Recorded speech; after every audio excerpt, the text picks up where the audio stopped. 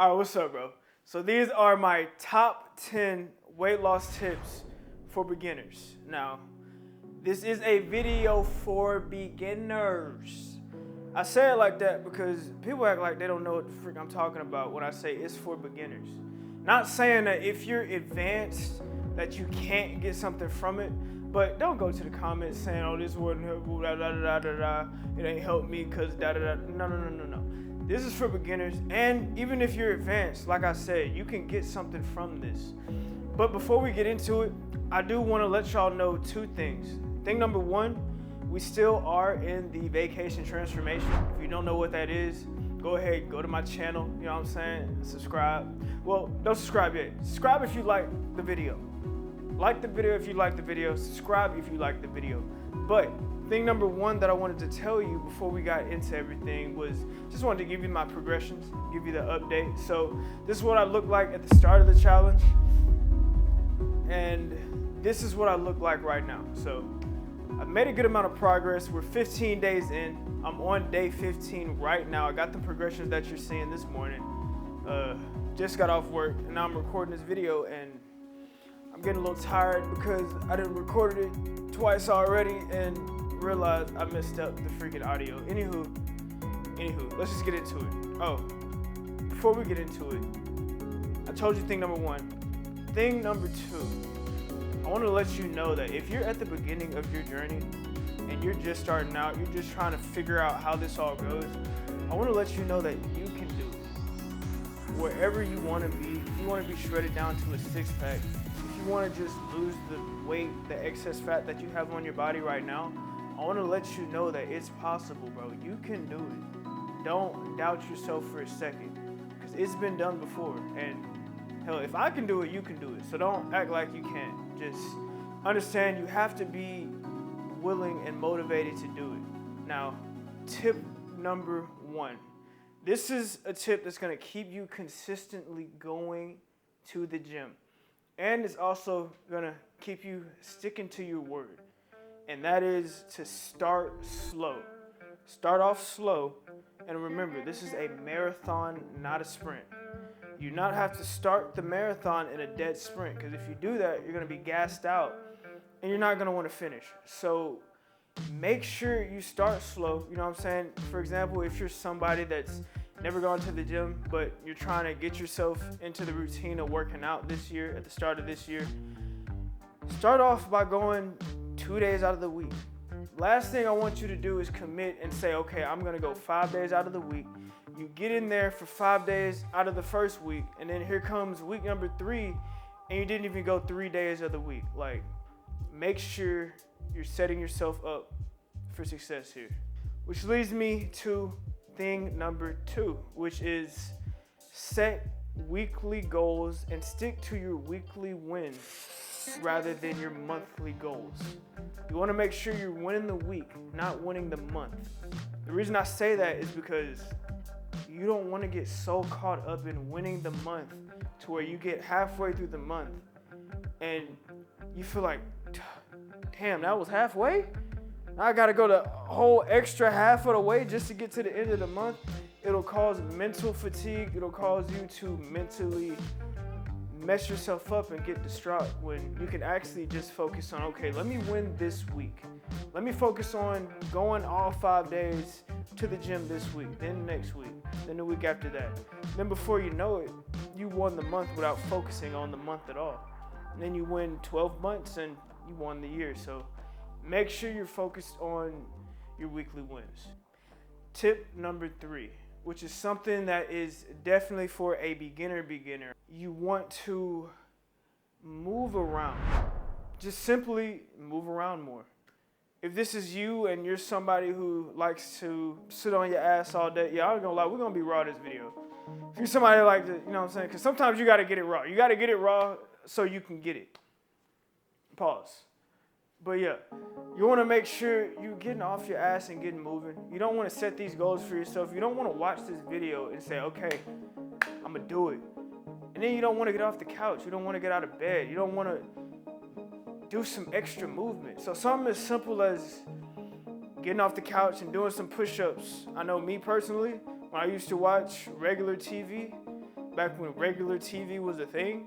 I don't even know if people still watch regular TV. But anywho, every commercial break that came on, I'd get down and do like 10, 20 push-ups. And back on the couch, watch some TV.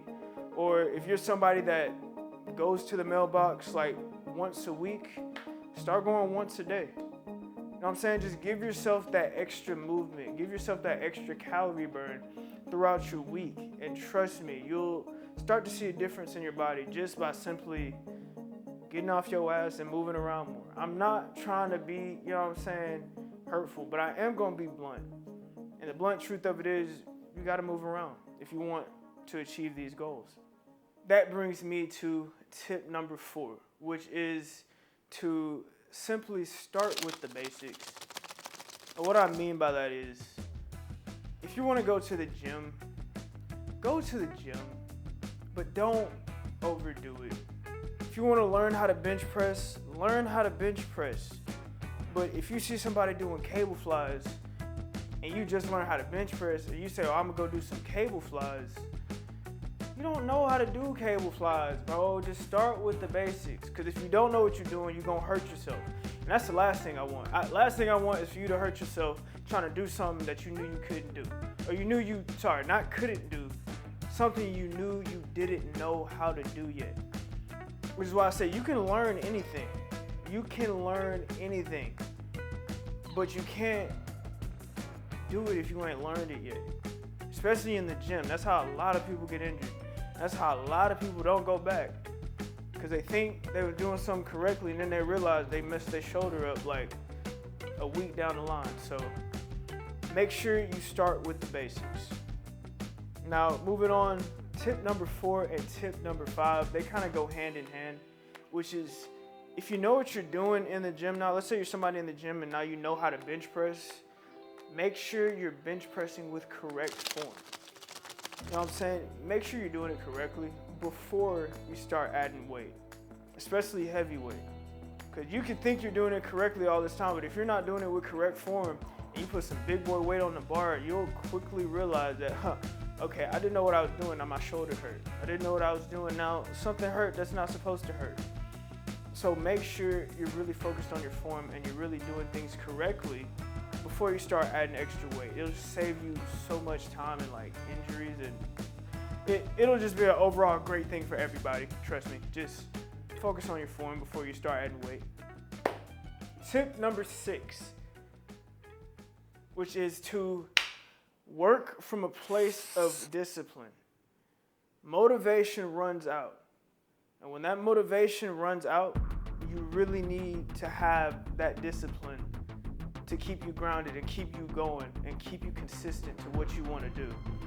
So something that always helps me to stay disciplined with my goals and stay disciplined with what I want is figuring out just why I'm doing it in the first place. I feel like once you have your why in place, then nothing can stop you. Tip number 7, and from here on out, this is where it's going to get kind of, you know what I'm saying? It's going to be something you don't want to hear, but it's going to be something you should hear, because if they ain't going to tell you, I'm going to tell you. Tip number 7, don't count your calories, all right? The only reason I say that is because if you're somebody that's just starting out, if you are just starting out, counting your calories is going to do nothing but overwhelm you. Because I feel like if you are that person that's just getting started, you have way bigger problems than a calorie count, which leads me to tip number 8, which is cut out fast food.